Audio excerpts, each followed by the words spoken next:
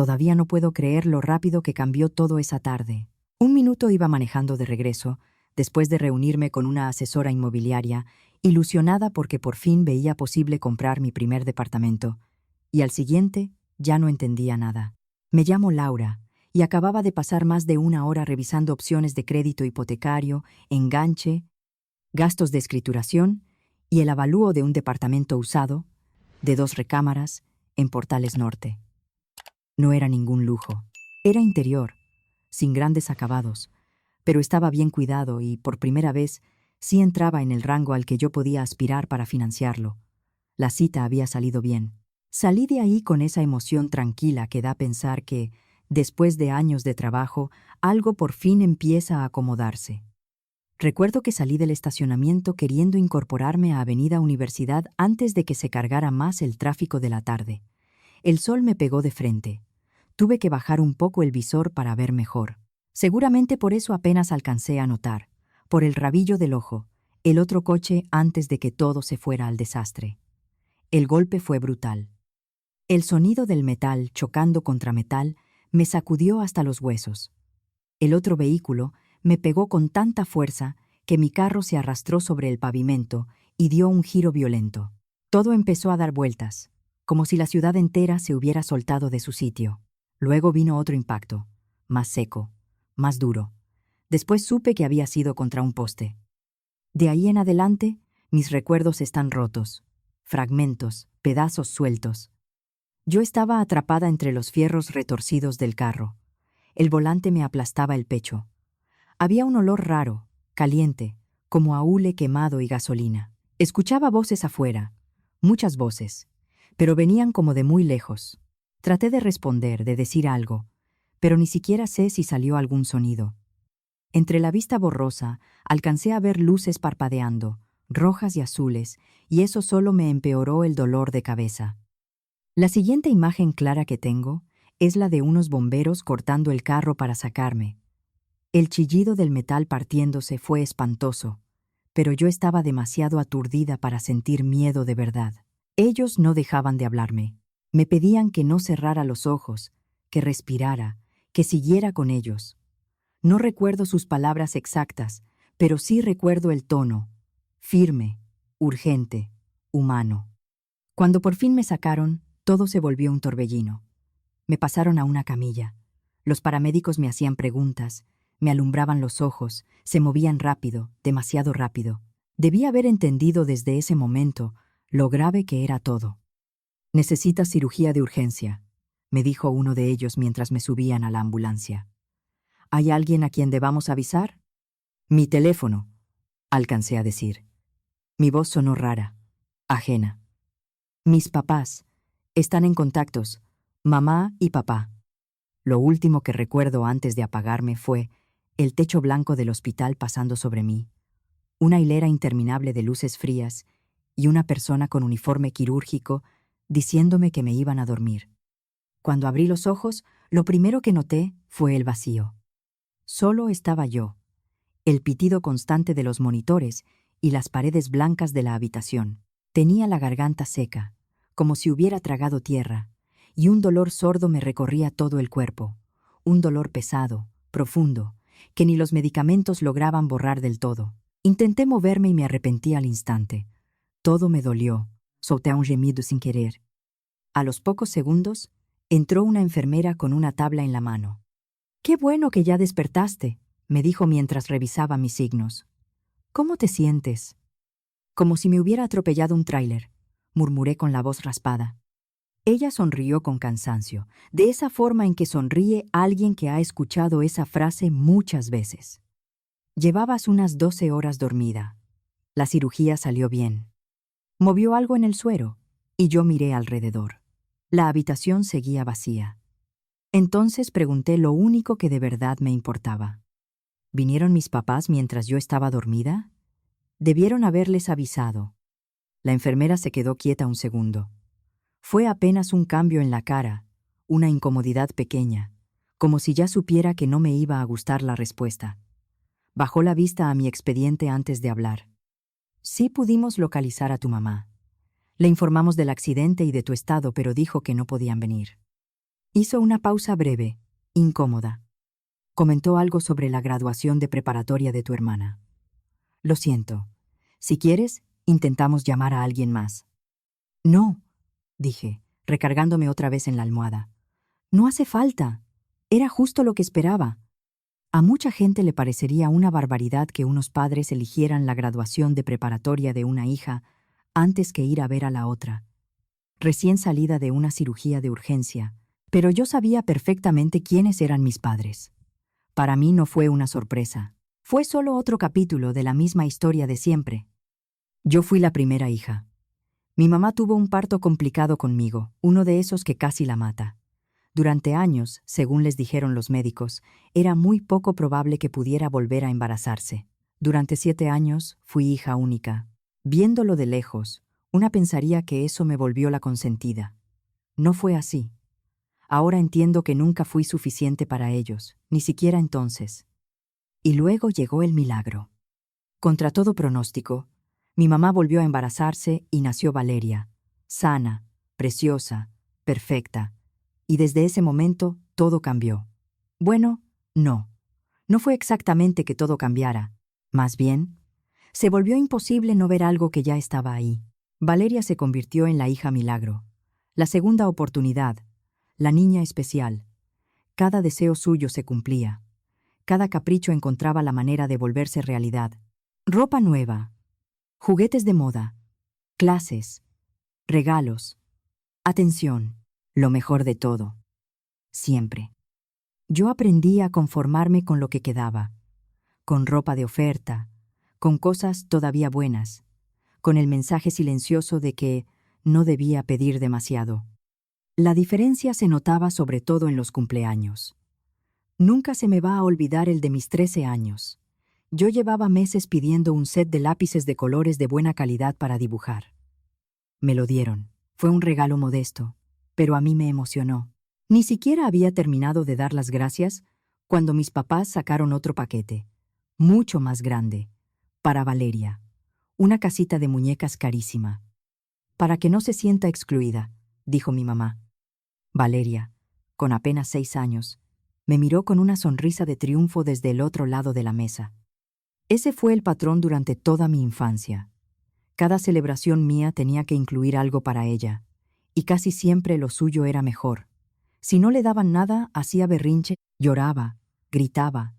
Decía que era injusto que yo recibiera regalos y ella no. En vez de enseñarle a alegrarse por los demás, mis papás resolvieron el problema de la forma más cómoda para ellos, asegurándose de que Valeria siempre saliera ganando. Cuando llegué a la preparatoria, ya había aprendido 2 cosas. La primera, que no podía contar con mis papás para nada importante. La segunda, que si quería salir adelante, la única salida era mi propio esfuerzo. Mis papás nunca lo dijeron de frente, pero tampoco hacía falta. El dinero se estaba guardando para el futuro de Valeria, así que yo me volqué por completo a todo lo que pudiera ayudarme a abrirme camino. Mientras otros iban al cine, al centro comercial o a fiestas, yo me quedaba más tiempo en la escuela, armando un historial que me sacara de esa casa. Estudiaba como si me fuera la vida en eso, porque un poco sí. Materias avanzadas, cuadro de honor, concursos académicos, talleres, proyectos. Donde hubiera algo que pudiera acercarme a una beca, ahí estaba yo. Laura, ¿te interesaría arrancar un periódico escolar?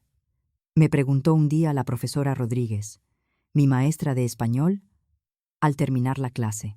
Necesitamos a alguien ordenada, constante, que se lo tome en serio. Yo no solo lo arranqué, lo convertí en algo que la escuela no había tenido nunca. Dejamos de publicar puro aviso y foto de festival. Empezamos a cubrir temas de verdad, problemas de transporte que afectaban a los alumnos, falta de material, actividades culturales, entrevistas, concursos, incluso notas sobre lo que pasaba alrededor de la comunidad escolar. Cuando la dirección vio lo que estábamos haciendo, me propusieron otro proyecto, un espacio audiovisual del plantel para cápsulas informativas y el anuncio matutino. Nos pusimos a grabar, editar, coordinar equipos, cubrir eventos, proponer reportajes cortos. Los maestros no dejaban de hablar bien de mí. El director terminó escribiéndome una carta de recomendación para la universidad en la que me describía como una de las alumnas más sobresalientes que había pasado por la escuela. En mi casa, nada de eso importó. Mis papás casi ni levantaban la vista de Valeria y su trofeo de participación en fútbol o su 8 en matemáticas. La única persona que parecía notar mis logros era la propia Valeria, y no precisamente con orgullo. ¡Qué fastidio! La escuché quejarse un día con mi mamá. En la escuela todos me dicen la hermana de Laura, como si yo no fuera nadie por mí misma. En lugar de explicarle que también podía ganarse su lugar con esfuerzo, mi mamá la abrazó y le dijo: «No te preocupes, mi amor, tú eres especial a tu manera». Todo ese trabajo, por lo menos, sí sirvió para algo. Cuando empezaron a llegar los resultados de admisión a la universidad, yo tenía opciones. Opciones reales. Pero la mejor fue una beca de excelencia en una universidad pública fuera de la ciudad, con apoyo de manutención y un cuarto en una residencia estudiantil. Era mi salida. Cuando se los conté a mis papás, apenas reaccionaron. Estaban demasiado ocupados ayudando a Valeria con un proyecto de secundaria. Me fui ese otoño. Ella apenas iba entrando a la secundaria y yo me fui con la sensación de que estaba respirando por primera vez. Conseguí un empleo de medio tiempo en una cafetería dentro de la universidad para cubrir mis gastos personales, me metí de lleno a estudiar y empecé a construirme una vida en la que yo ya no era la hija menos querida. Mis papás me llamaban de vez en cuando, pero las conversaciones siempre eran iguales. Que si Valeria había quedado en el cuadro de honor, que si Valeria iba a bailar en un festival, que si a Valeria la habían elegido para representar al grupo. Nunca preguntaban cómo iban mis materias, si estaba comiendo bien, si me hacía falta algo, nada. Después de 4 años de hacer mi vida lejos de ellos, cometí probablemente mi error más grande. Volví.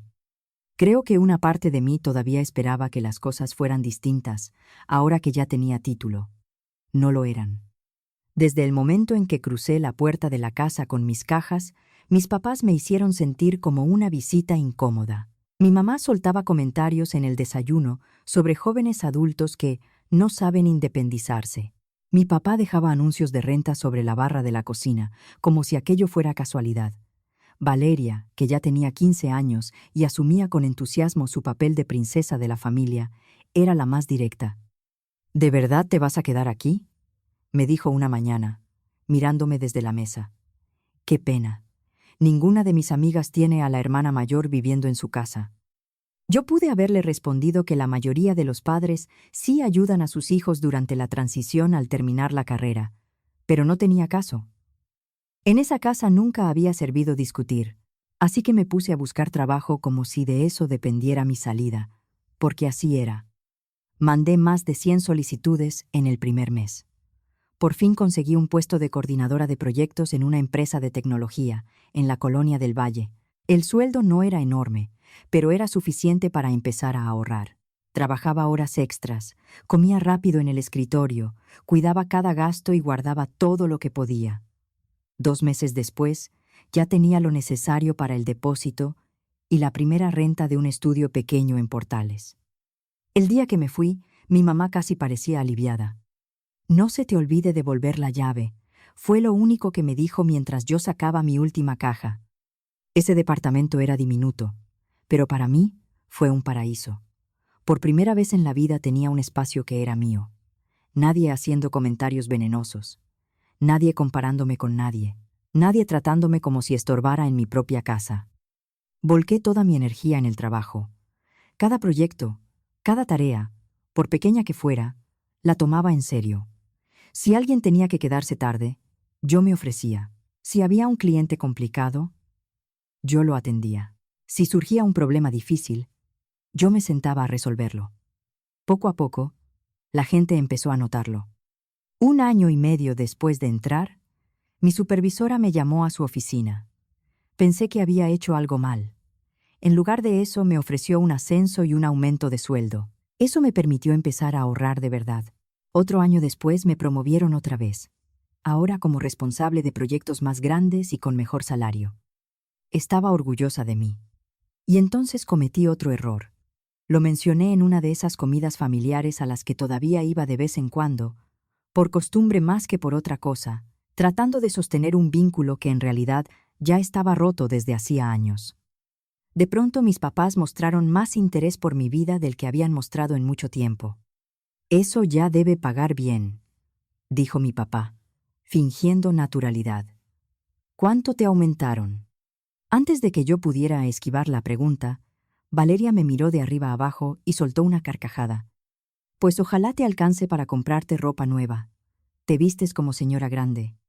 Mis papás se rieron con ella, como si acabara de decir lo más gracioso del mundo. Yo no dije nada. Tomé mi bolsa y me fui. Que se rieran lo que quisieran. Yo tenía un objetivo: seguir ahorrando para el enganche y los gastos de compra de mi departamento. Las 5 semanas que siguieron en el hospital fueron una sola masa de dolor, medicamentos y cansancio.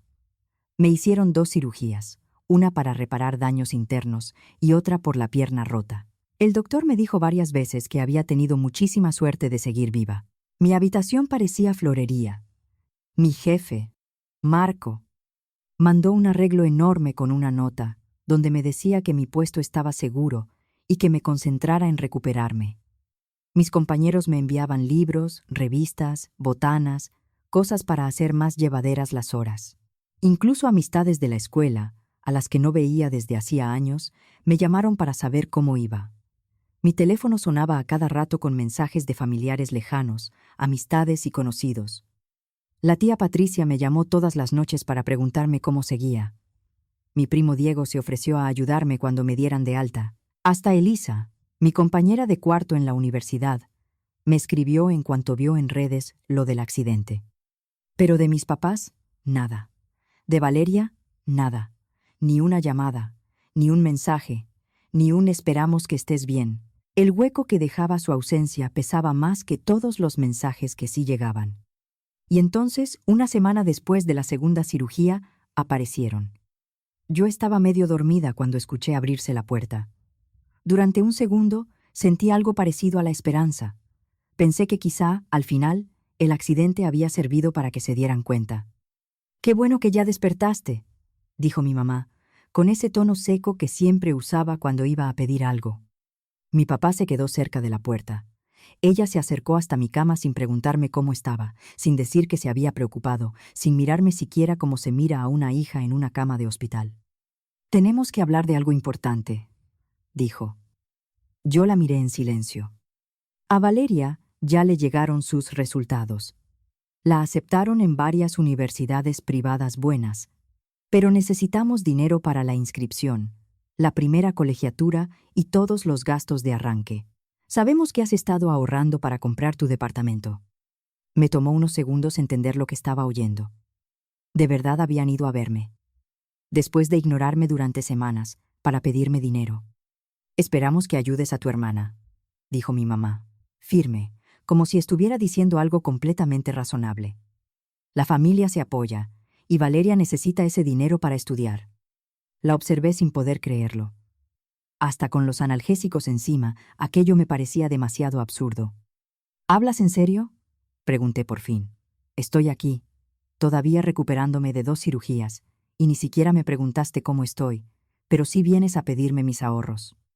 «No seas dramática», respondió, moviendo la mano con fastidio.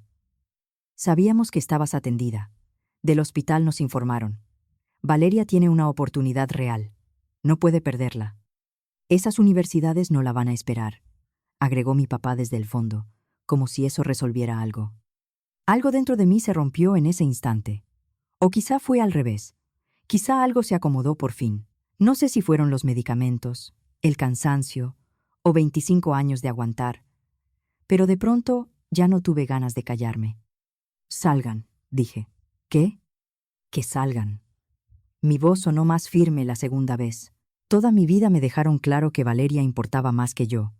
En cada cumpleaños, en cada logro, en cada momento importante, todo era para ella. Yo saqué adelante mis estudios sola, mientras ustedes guardaban dinero para su futuro. Yo construí mi carrera sin ayuda de nadie, mientras ustedes aplaudían cualquier cosa que ella hiciera. Y ahora, levanté una mano apenas, señalando la cama, los cables, los monitores. Casi me muero en un accidente, y no se aparecieron hasta que quisieron algo de mí. Laura, dijo mi papá, avanzando por fin un paso. Estás exagerando. ¿Exagerando? Me reí y me dolieron las costillas. ¿Exagerando porque quería que mis padres se preocuparan si casi me muero? ¿Exagerando porque quiero conservar el dinero que yo gané y que voy a necesitar para mi recuperación, para mis gastos y para mi vida? No. Esta vez, no. No les voy a dar ni un peso para la universidad de Valeria. La cara de mi mamá se endureció al instante. Después de todo lo que hemos hecho por ti. ¿Qué hicieron por mí? La interrumpí. Dime una sola cosa. Una. Algo que hayan hecho por mí y que no terminara girando también alrededor de Valeria. El silencio que siguió fue pesado. Ellos se quedaron ahí, abriendo y cerrando la boca sin responder, como si nunca se hubieran imaginado que yo fuera a atreverme a ponerles esa pregunta enfrente. «Te vas a arrepentir», dijo mi mamá al final, helada. Tomó a mi papá del brazo y lo jaló hacia la puerta. No se despidieron, no voltearon, nada. Solo se fueron y dejaron que la puerta se cerrara con un golpe que me hizo vibrar la cabeza. Una hora después, mi teléfono empezó a sonar. Mensaje tras mensaje de Valeria. ¿Cómo te atreves a no ayudarme? Solo porque a ti te fue de una forma no significa que me quieras arruinar. Eres una egoísta. No necesitas un departamento tanto. Mamá y papá tienen razón. Siempre haces todo sobre ti. Los mensajes seguían llegando, cada uno más duro que el anterior, hasta que leí el último y sentí que se me helaba el cuerpo. Deberías haberte muerto en ese accidente. Así, al menos, tu dinero habría servido para algo de verdad, para mi universidad. Me quedé mirando la pantalla mucho rato, con las manos temblando. Mi hermana menor, la hija milagro, la niña a la que todos habían protegido, consentido y justificado, deseándome la muerte por dinero. Durante un segundo pensé en borrar el mensaje, hacer como que nunca había existido, pero algo me detuvo. En lugar de eso, le tomé captura y la guardé en mi nube. 5 semanas después, volver a mi departamento fue como volver a respirar. Todo me dolía y necesitaba ayuda hasta para subir las escaleras. Los médicos me dejaron una lista larguísima de ejercicios, citas y terapia física, pero al menos estaba en mi casa.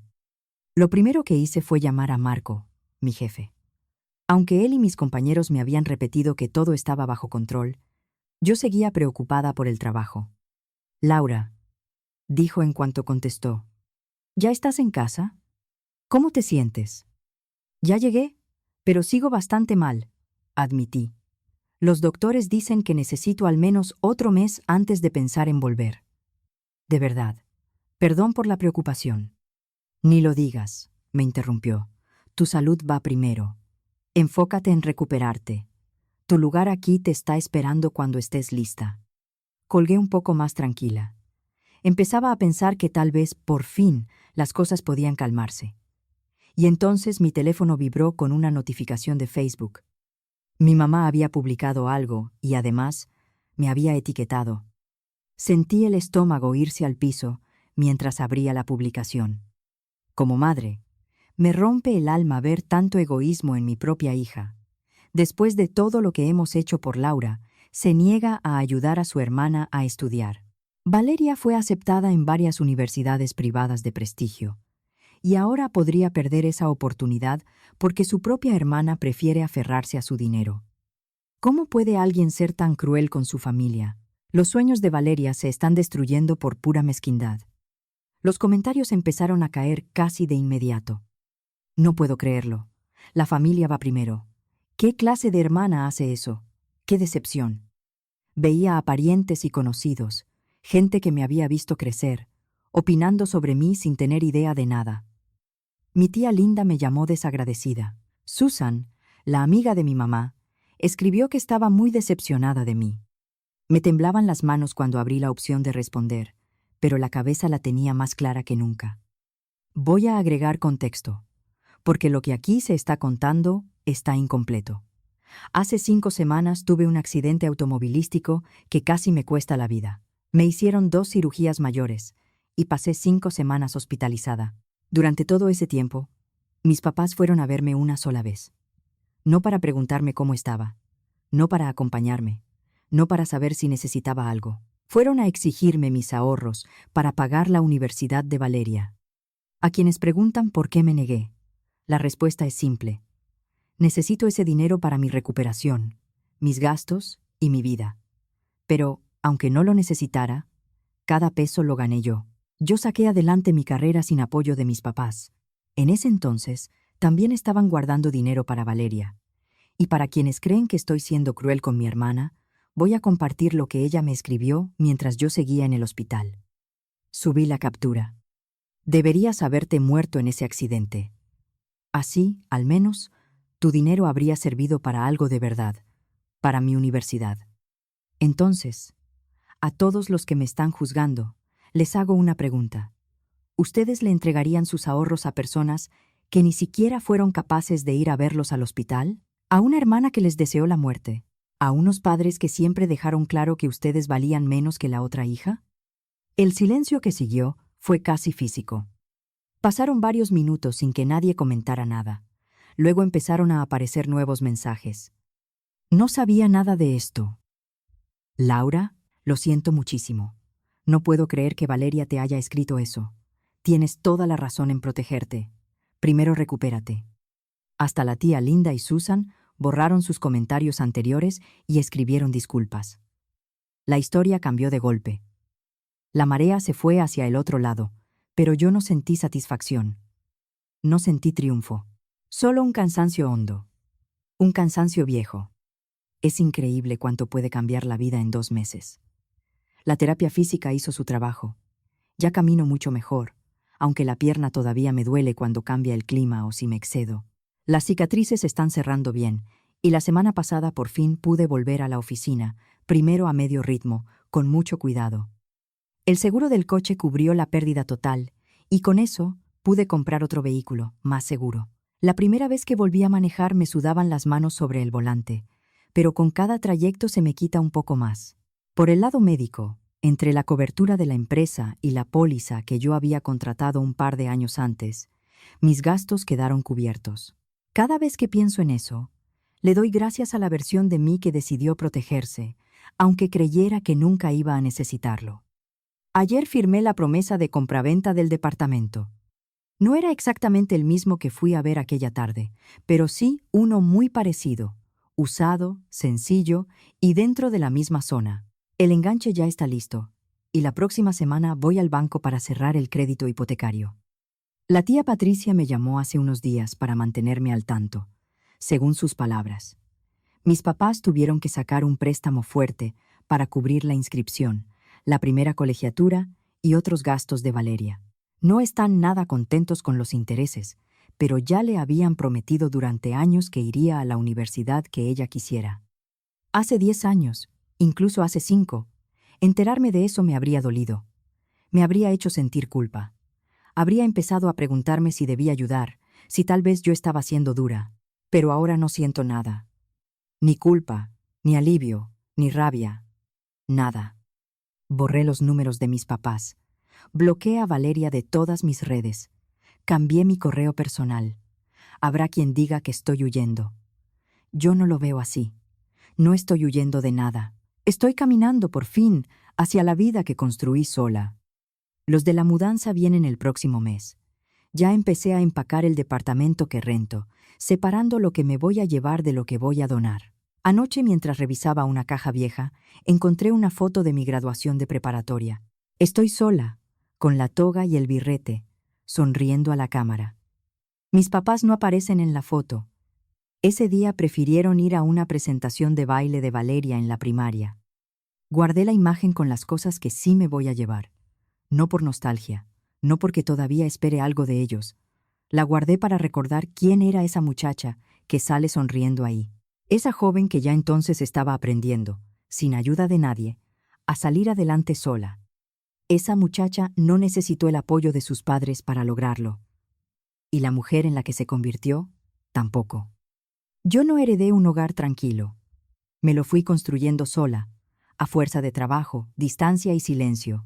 Y al final entendí que también una decide qué puerta cerrar, a quién dejar atrás y qué vida sí está dispuesta a defender. Eso fue lo que hice. Quiero decirles algo que me costó muchos años entender. A veces una nace queriendo ganarse el amor de su propia familia, con paciencia, esfuerzo y silencio.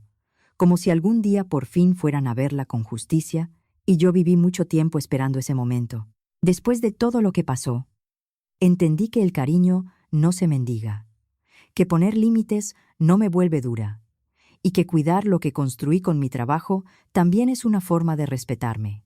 Aprendí que una puede sentirse sola y aún así empezar a levantarse, que la herida más profunda no siempre viene del accidente más fuerte, sino de darse cuenta de quién sí está y quién solo aparece cuando necesita algo. También entendí que soltar no siempre es un acto de enojo. A veces es un acto de paz, y que cerrar una puerta no significa vivir con rencor, sino dejar de vivir esperando lo que nunca llegó. Si algo deseo dejarles es esto: no esperen a tocar fondo para darse el lugar que merecen, porque la vida cambia cuando una deja de rogar comprensión y empieza, con calma, a elegirse a sí misma. Hoy, aunque sea con un paso pequeño, hazte una promesa y cúmplela por ti.